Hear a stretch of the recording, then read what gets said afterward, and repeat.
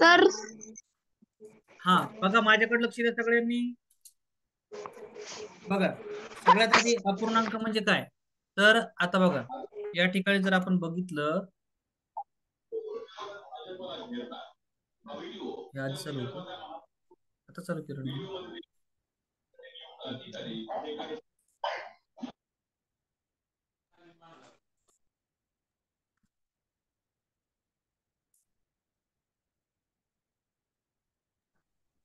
एक सेकंड ना, फक्त मला थोडस.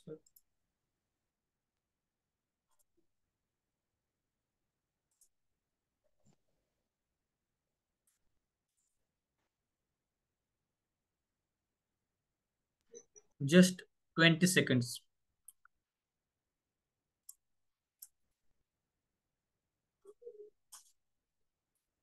वेदांत वेदांत जाधव, मला सांग, समजा तू एक पोळी आणि अर्धी पोळी खाल्ली, एक पूर्ण आणि अर्धी, त्याला काय म्हणशील तू, काय म्हणतो? 1.1/2. अरे वा वा वा, क्या बात आहे. आणि असं जर सांगायचं असेल मला, तर असं सांगणार का 1.1/2?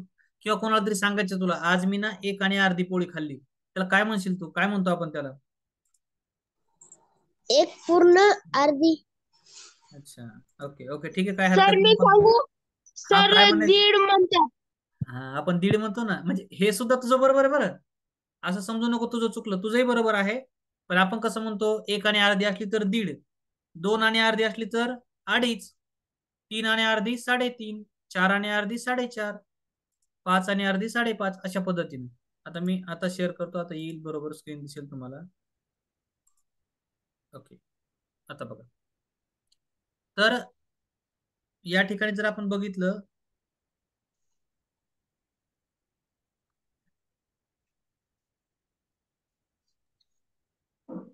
आता ही एक पोळी आहे समजा. आता यामधलं अपूर्णांकामध्ये याचे मी 4 भाग करतो. तर जेवढे भाग केलेले असतात, जेवढे भाग, माझा आवाज येतो का एकदा? एक दोन जणांनी सांगा, आवाज येतो का व्यवस्थित? तर हो sir. Sir. Okay okay okay. ऐका, बघा आता मी काय करतोय, बघा लक्ष द्या. मी इथं तुम्हाला म्हटलं की ही एक पोळी आहे आणि याचा आपण 4 भाग बनवले, आणि 4 भागापैकी आपण एक भाग खाल्ला, हा कलर केलेला भाग ना आपण त्या ठिकाणी खाण्यासाठी घेतला. तर मग आपण कसं लिहिणार याला? तर आपण लिहिणार, पूर्ण भाग किती आहेत ते खाली असतात आणि त्याला म्हणतात छेद. पूर्ण भाग खाली लिहितात त्याला म्हणतात छेद, आणि जे रंगवलेले भाग किंवा घेतलेले भाग वगैरे असतात त्याला वर लिहितात, त्याला म्हणतात अंश. बघा, अंश आणि छेद हे सगळ्यात बेसिक आहे, आय थिंक सगळ्यांना माहितीही असेल. हे असतं अंश आणि छेद. त्यानंतर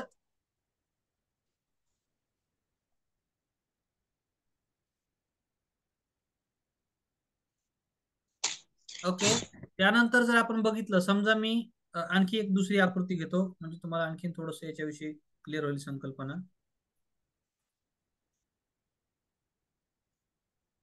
आता या आकृतीमध्ये आपण अशा उभ्या काही रेषा काढल्या आणि आडव्या काही काढल्या, आणि काही याला कलर करूयात आपण. जसं इथं कलर केलं, इथं कलर केलं, याला एक कलर केलं, याला एक कलर केलं, आणि ओके, एवढे कलर केले. तर आता जर आपण म्हटलं, तर पूर्ण भाग जे आहेत ते भाग आपल्याला खाली लिहावे लागतील. मला सांगा, 4/10. ओके, किती म्हटलं? 4. ओके ओके, नाईस नाईस, छान. 4/10.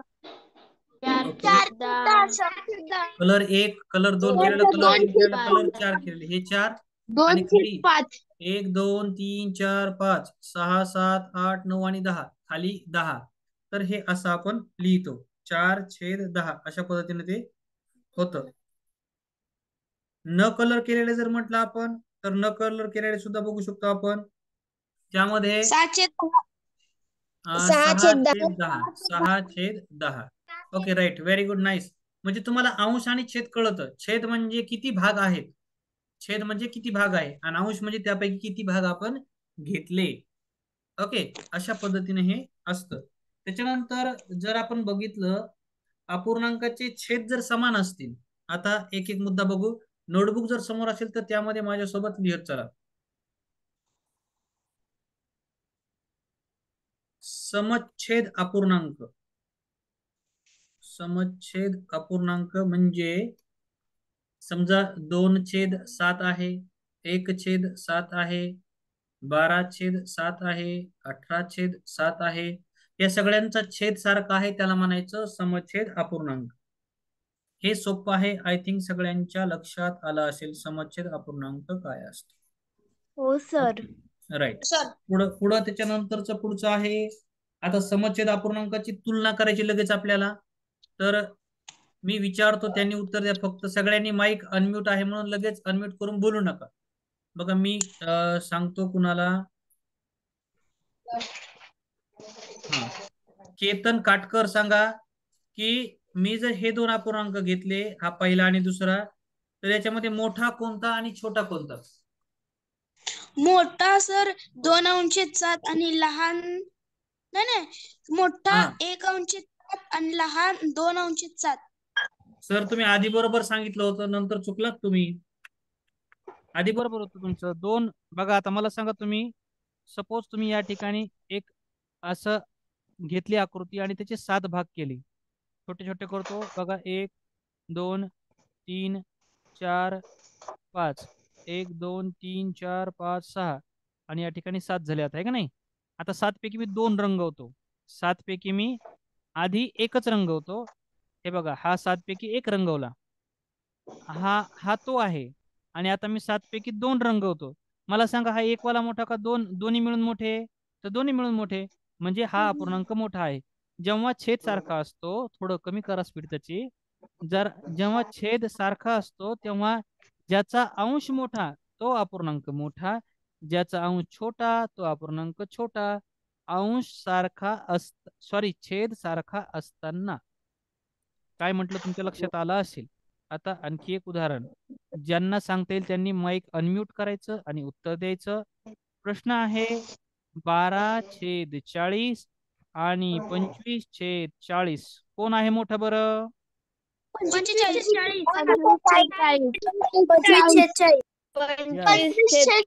45.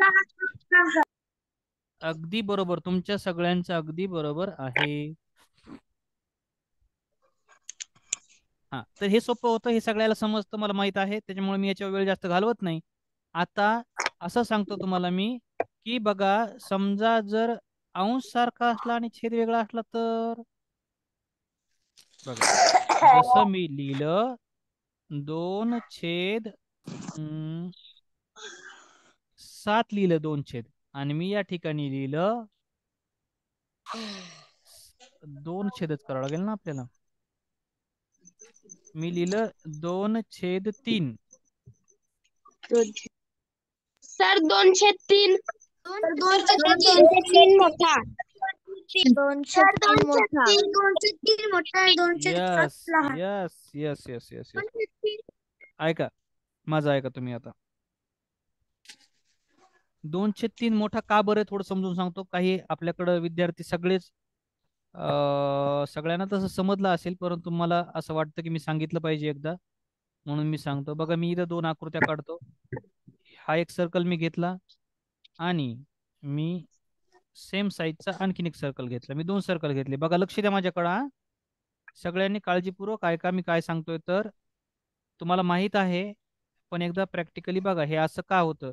तुम्हाला माहिती आहे हा मोठा आहे, मग हा मोठा का बरं, तर मी सांगतोय. याचे मी काय केले, याचे मी 7 भाग केले. किती भाग केले? 7 भाग. हा 1 झाला, हे 2 झाले. थोडे काही लहान मोठे होत आहेत, थोडं त्याच्याकडे सध्या दुर्लक्ष करा. किती झाले माझ्याकडे बघा, 1 2 3 4 5 6 आणि 7 झालेत. आणि इकडे मी त्याचे 3च भाग करणार आहे फक्त. याचे मी, हा 1 आहे, आणि मी कसा घेऊ,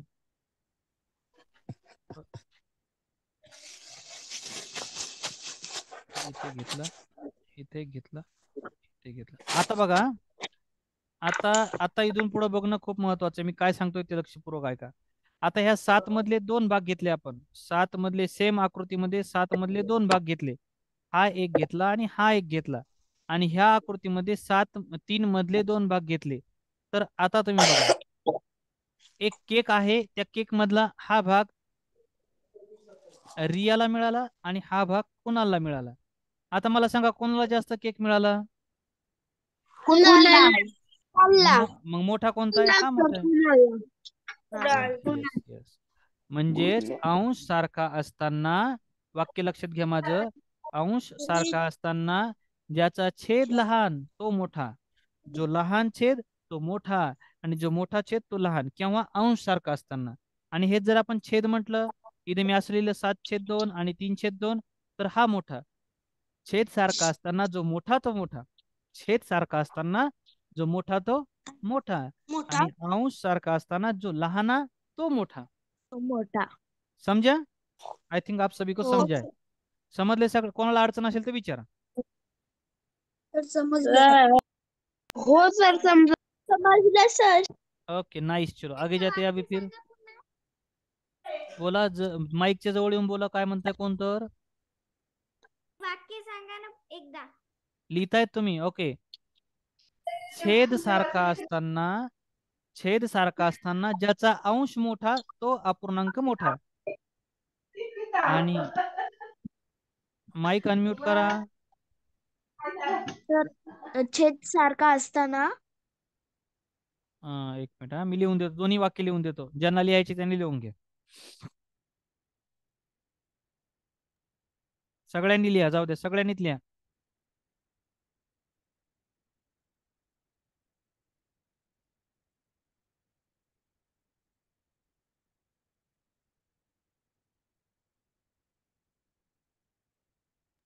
सर तुमचं अक्षर नाही कळत इथे. वा वा वा, धन्यवाद आपण सांगितल्याबद्दल. आणखीन थोडासा प्रयत्न करतो चांगलं काढण्याचा. सॉरी या, सॉरी, थोडं फास्ट लिहायला प्रयत्न केला म्हणून तसं झालं. एक मिनिट बघा, आता आता बघा.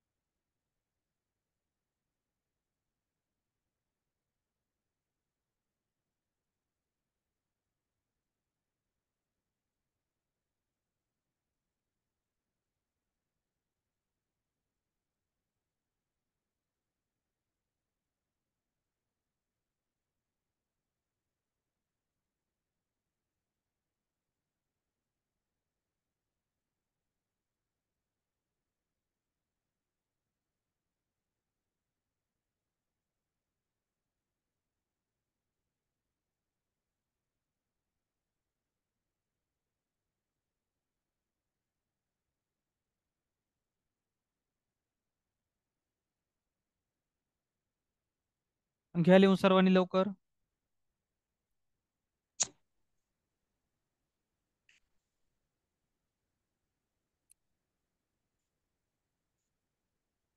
झालं सर. झालं सर. येस येस, बाकीच्यांचं होऊ द्या.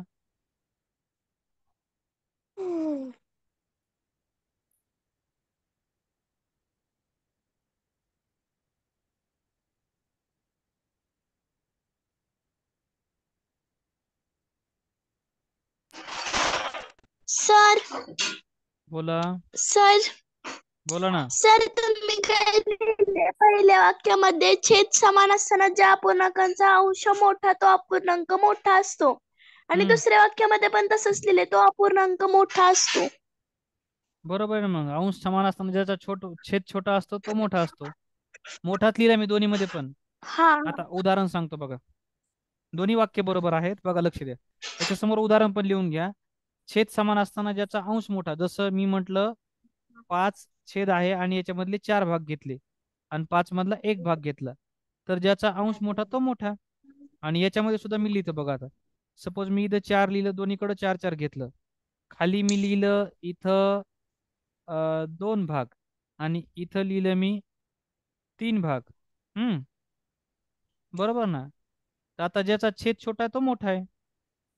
ज्याचा छेद बघा, अंश समान असताना ज्या अपूर्णांकाचा छेद छोटा, हा छोटा छेद आहे, हा मोठा अपूर्णांक आहे, हा छोटा अपूर्णांक आहे. आताच आपण बघितलं ना, 3 भाग केले त्यातले. हा 3 भाग केले म्हणजे 3. हा जो अपूर्णांक मी आता लिहिलाय तो अंशाधिक अपूर्णांकामध्ये रूपांतर होईल असा आहे, तेही सांगतो मी. पण हा पहिलाच जो आहे तोच मोठा आहे. चला पुढे जाऊया आपण. इतकं झालं असेल मी अशी अपेक्षा करतो सर्वांची. आणखीन आपल्याला पुढं खूप सारं आहे. अपूर्णांकामध्ये तर खूप साऱ्या गोष्टी आहेत समजून घेण्यासाठी. आता पुढचा मुद्दा आहे की जर अंश आणि छेद वेगवेगळा असेल तर कसं समजायचं की कोणता मोठा कोणता छोटा. बघा आता आपण बघू. आता अंश आणि छेद बघा, लक्ष द्या. आता मी काय मुद्दा बघा महत्वाचा, पुढचा मुद्दा खूप महत्वपूर्ण आहे जो तुम्हाला समजून घ्यायला पाहिजे. आता लक्ष द्या माझ्याकडं, काळजीपूर्वक बघा मी काय सांगतोय. तर अंश छेद वेगवेगळे असताना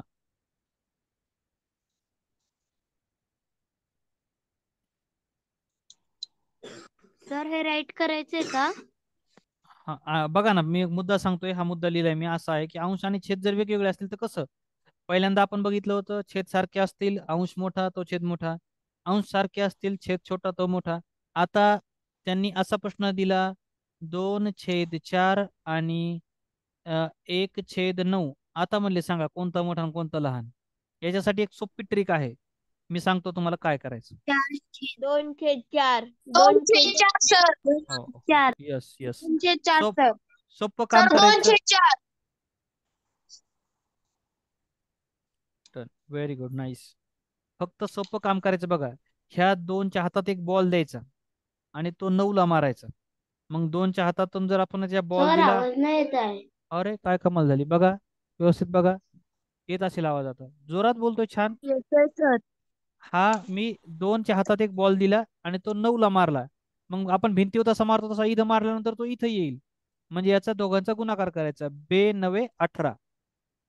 आणि इकडे 1च्या हातात एक बॉल द्यायचा, तो 4ला मारायचा जोरात फेकून, वापस आला पाहिजे. 4×1=4. कोण मोठा आहे बरं?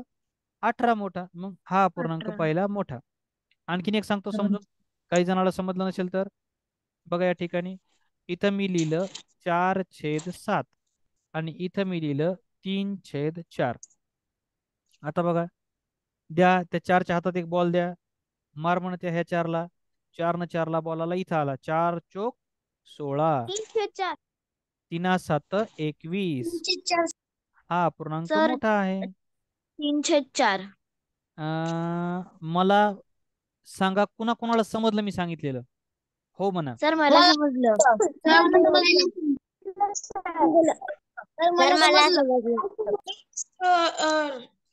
हा आता मला असं सांगा कुणाला नाही समजलं. कोणी आहे का ज्याला नाही समजलं? सर मला नाही समजलं. ओके, समृद्धी मी सांगतोय पुन्हा एकदा, लक्ष द्या, काळजीपूर्वक बघा. हे बघा, मी इथं लिहिलं बघा, वर लिहिलं 10 आणि खाली लिहिलं 4. इकडं मी लिहिलं बघा 7 आणि खाली लिहिलं 8. आता हे अपूर्णांकाचा अंश वेगळा, छेद वेगळा, सगळं वेगवेगळे अंक आहेत. मग आता काय करायचं? आता मी सोपं सांगतो तुम्हाला. हा पहिल्याचा सर अंश 10/4 पहिल्याच्या अंशानं दुसऱ्याच्या छेदाला गुणायचं आणि उत्तर इकडे लिहायचं. त्याच्यासाठी मी बॉलचं उदाहरण दिलं तुम्हाला. 7/4 मारला की वापस आला पाहिजे. 10×8=80 इकडे लिहायचं आणि इथून 7×4=28 इकडे लिहायचं. आता जो मोठा तो मोठा. 7/4 हे मोठा आहे म्हणून हा मोठा. 10/4 मोठा आहे. 7/4 नाही म्हणायचं त्याला, 10/4 म्हणायचं. Got it? हो सर. Yes sir. हो sir. Okay, very good, nice. चलो आगे जाते हैं. इसके बाद हमें देखना है पुढचा मुद्दा. बघतो बघा मी, 1 मिनिट. आता याच्यामध्ये बेरीज आहे, तर बेरीज एकदम सोपी असते. मी बेरीज समजून सांगतो आणि नंतर मग बघू आपण काय करता येईल. तर आता मी बेरीज सांगतो. अंश छेद सारखा असणाऱ्याची बेरीज फार सोपी असते. छेद सारखा असणाऱ्याची बेरीज. तसं जर करायचं असेल तर बघा, आता सगळ्यांनाच येतं हे. मी याच्यात जास्त वेळ नाही, एकच गणित सांगणार आहे फक्त. मी इथं लिहिलं 2/10 आणि मी विचारतो एक जणाला, उत्तर सांगू नका, एक जणाला विचारतो. मी इथं लिहिलं 5/10 आणि उत्तर द्या बघा यांनी.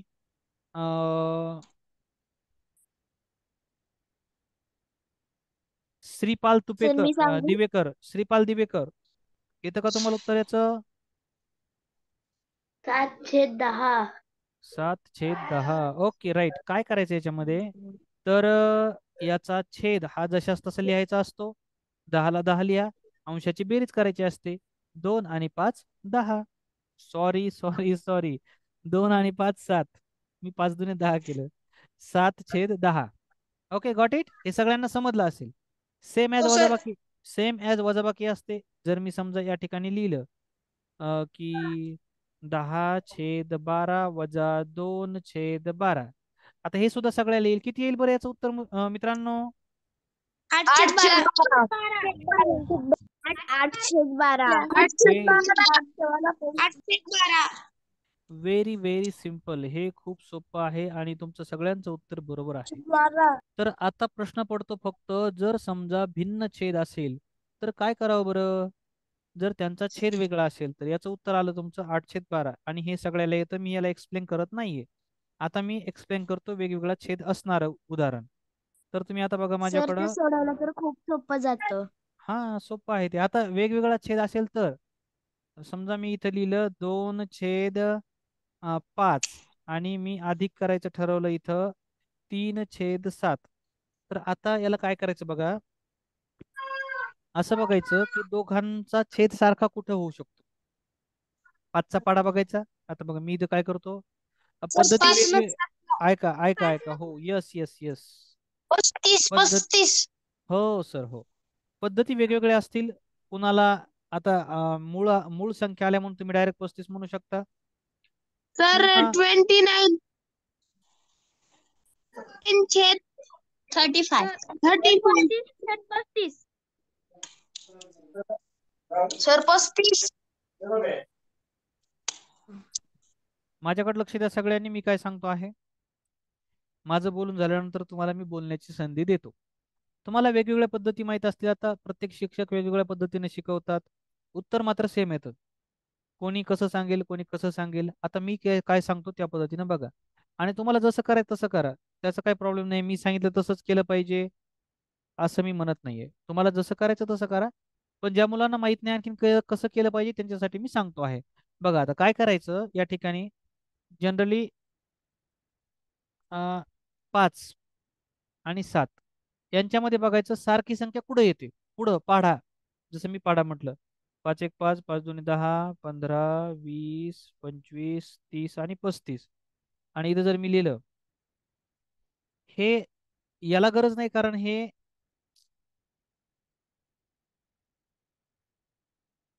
याला पाडा लिहायची गरज नाही कारण इथं 7 5 35 येतं, 5 7 35 येतं, आपल्याला माहित आहे. काही ठिकाणी लिहावं लागतो. 7 14. स्क्रीन दिसते का तुम्हाला?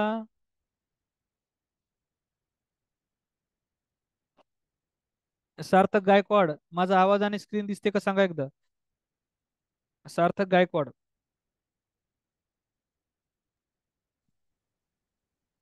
दिसत आहे सर. ओके ओके, आवाज पण येतोय ना?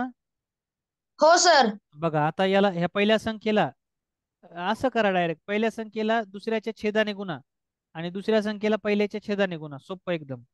2/5 गुणिले गुणिले 7 7 अधिक 3/7 गुणिले गुणिले 5 5. काय केलं मी सांगितलं, एकदम सोपं बोललो मी.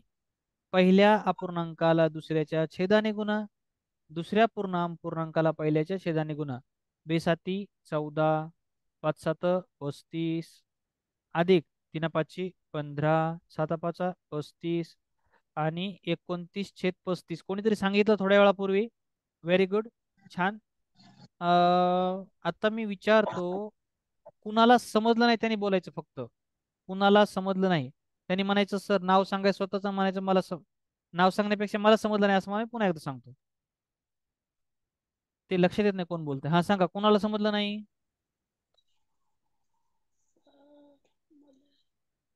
आहे कोणी कुणाला समजलं नाही असं? नाही सर. सगळ्यांना समजलंय. वा, व्हेरी गुड, नाईस, बहुत बढिया, छान. तरी एक उदाहरण सांगतो, कोणाला इच्छा होत नसेल सांगायची तरी मी एक उदाहरण सांगतो म्हणजे सगळ्यांच्या डोक्यात बसेल. बरोबर बघा, मी इथं म्हटलं 2/9 अधिक 1/4. सोप्प गणित सांगितलं. मी काय म्हटलं? पहिल्याला दुसऱ्याच्या छेदाने, दुसऱ्याला पहिल्याच्या छेदाने. ह्याला या छेदाने गुणा, हे 4 आहेत.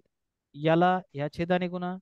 मग इथं म्हटलं 2/9 गुणिले गुणिले 4 अधिक 1/4 गुणिले गुणिले 9.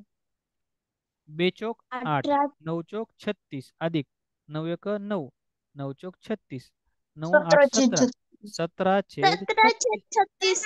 Yes yes, very good, nice. आता काय करा, वहीवर हे गणित लिहून घ्या. घरी करण्यासाठी होमवर्क तुम्हाला अपूर्णांकाच्या बेरजेचा. 2/4 अधिक 3/5 व्यवस्थित लिहून घ्या.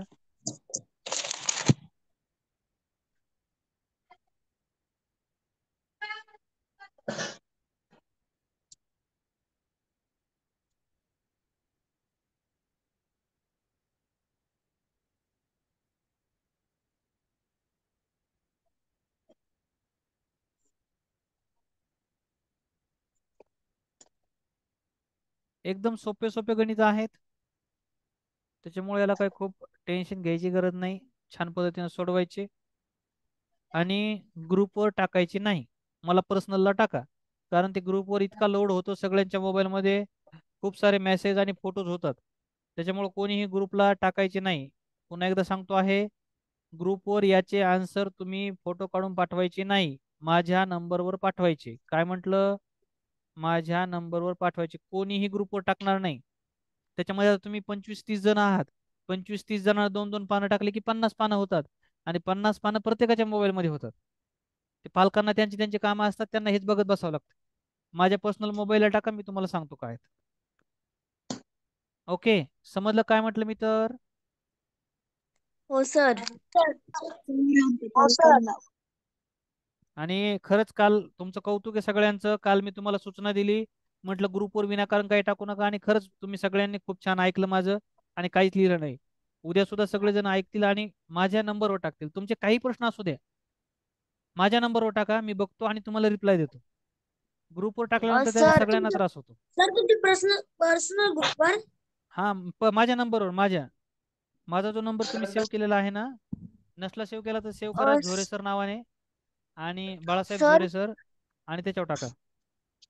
सर बोला. सर, जे तुम्ही आता गणित सोडवायला दिली आहेत ना, ती स्पष्टीकरण लिहून सोडायची की डायरेक्ट उत्तर देऊन सोडवायची आहेत? पूर्ण करा ना त्याला खाली, म्हणजे जसं मी आता सांगितलं तुम्हाला, यानं याला गुणा, यानं याला गुणा, त्याच्या पद्धतीने गुणाकार करून ते तसं व्यवस्थित करून टाका. म्हणजे ते तुम्हाला तसं गोल वगैरे खुणा वगैरे नाही करायच्यात, पण हे समजा मी लिहिलेलं सगळं त्या खुणा न करता असं पूर्ण एवढी प्रोसेस पूर्ण करायची आणि तेवढे लिहायचे. काय अडचण? नाही सर. समजलंय सगळ्यांना? सर बोला. सर घ्या लिहा. काल मी जो तुम्ही मराठीचा दुसरा क्लास घेतला तिथं मी जॉईन नव्हती होत, त्याची रेकॉर्डिंग पाठवाल? Okay, yes. सर उद्या कोणता सब्जेक्ट शिकवणार आहे? उद्या इंग्रजी आणि बुद्धिमत्ता. कारण इंग्रजी आपलं थोडं मागं राहतंय, मग मागं तसं राहणार नाहीये, ते आपलं करायचं आहे. पण आता आज मराठी गणित झालं, उद्या इंग्रजी बुद्धिमत्ता घेऊ.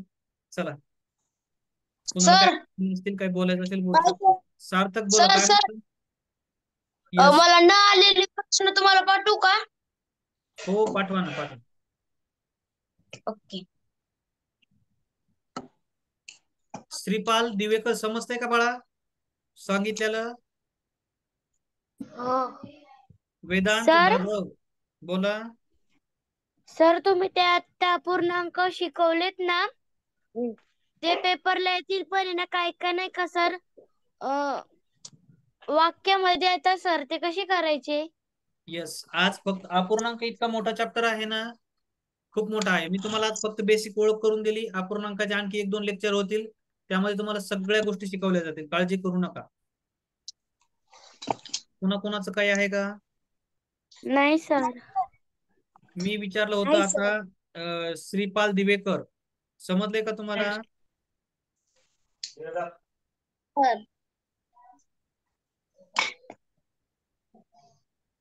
आणखीन इकडे सान्वी, योगिता, लियाना, कृष्ण, सृष्टी, दिव्य समजले का तुम्हाला सगळ्यांना? हो सर. आयुष दैफळे, राजनंदिनी, चेतन हो सर. पाटील, आणखी श्रुती पाटील, सृष्टी पाटील, स्वरा. कोणाची काही अडचण नाहीये? नाही. आपण थांबूयात आता. नाही सर. काय करायचं मग आता थांबून 2 मिनिटं आहेत आणखीन. कुणाचं काय असेल त्यासाठीच मी थांबलो, नाही तर मी बंद केली असती. परंतु म्हटलं काही अडचणी असतील तुमच्या तर बोलावं तुमच्याशी.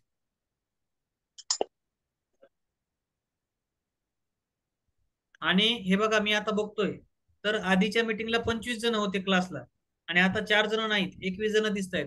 तुम्ही मीटिंग स्किप करू नका. मग उद्या मी काय शिकवतो ते तुम्हाला समजणार नाही. ते बघण्यासाठी तुम्ही आज बघितलं पाहिजे आणि मग ते कंटिन्यू होत असतं. त्याच्यामुळं हा 1 तासाचा वेळ काढून ठेवायचा. या वेळेमध्ये पुढे जायचं नाही, व्यवस्थित लक्ष देऊन समजून घ्यायचं. चला okay, good night all of you. चला थांबूयात आपण. गुड